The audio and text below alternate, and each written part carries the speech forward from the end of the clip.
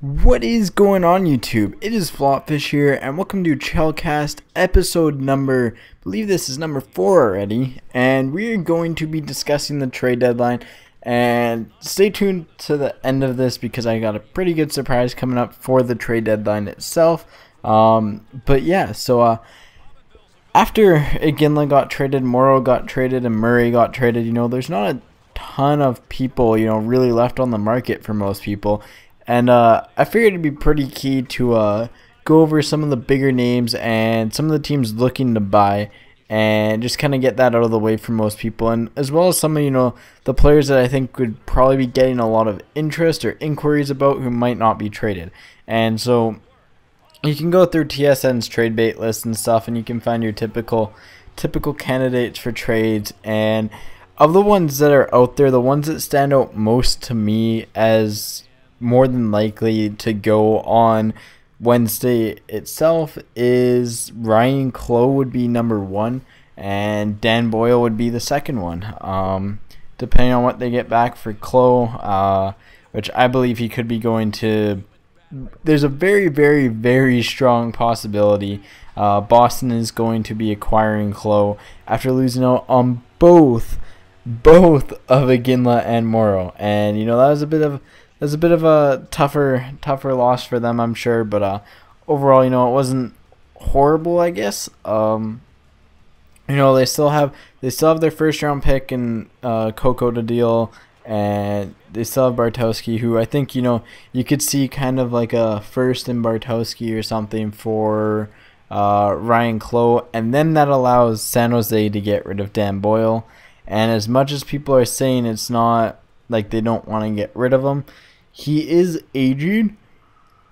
Excuse me.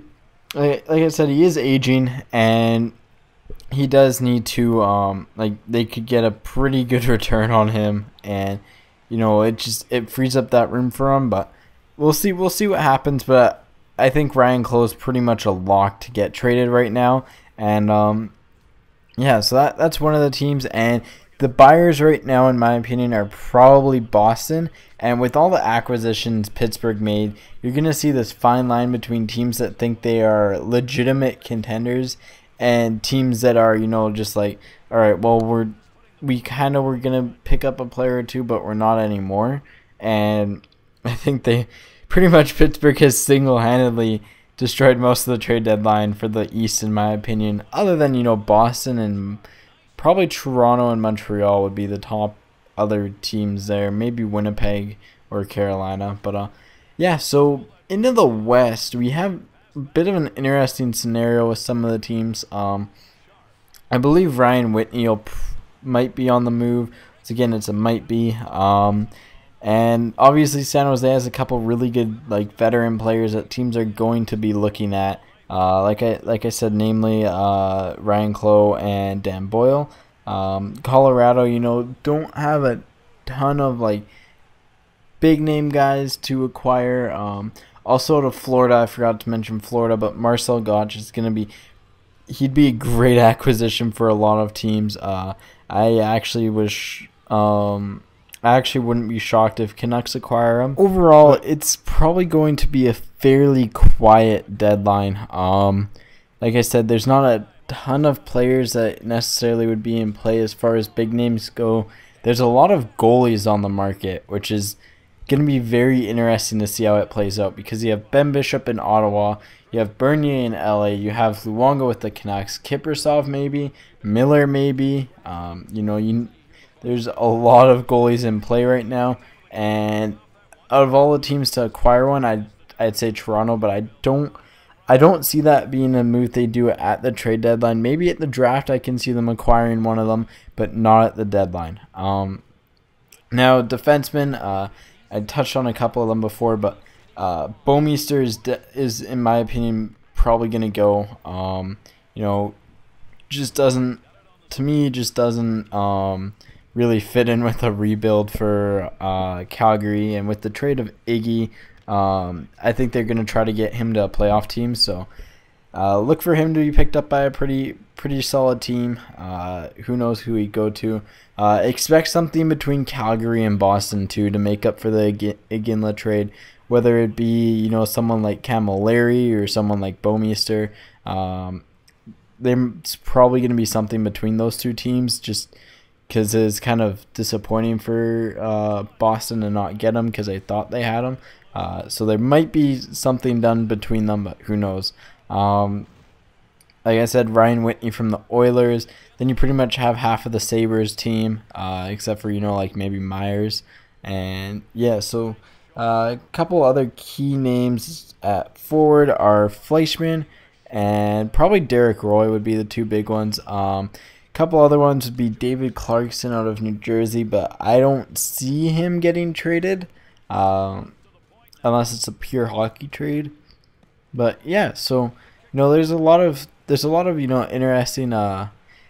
interesting scenarios right now, especially in the East, because with all of who Pittsburgh has acquired in Murray, in Morrow, and Iginla, it's going to be pretty clear cut if teams want to challenge for a Stanley Cup or not, and it's going to be pretty obvious to tell who thinks they're going to be able to win the cup and who's just going to hum along and do nothing. But some other big name UFAs out there. One that a lot of people are talking about right now is Jaromir Jagr. The guy loves the playoffs, so wouldn't surprise me to see him go to a playoff team. Who knows what the price would be on him? I imagine it'd be somewhat high, but who knows? Mike Ribeiro is another interesting one, but the Capitals have actually been playing pretty decent, and it's just like I said, it's gonna be a difficult situation for a lot of GMs. You're gonna see a lot more hockey trades this year, I think, as opposed to just for the future. And I think Calgary's probably gonna be the main. Calgary and Florida are probably the main sellers. But there's gonna be some interesting scenarios upcoming. Like for example, in the West. Here's the thing: in the West, you have literally there's 12 teams obviously there's 4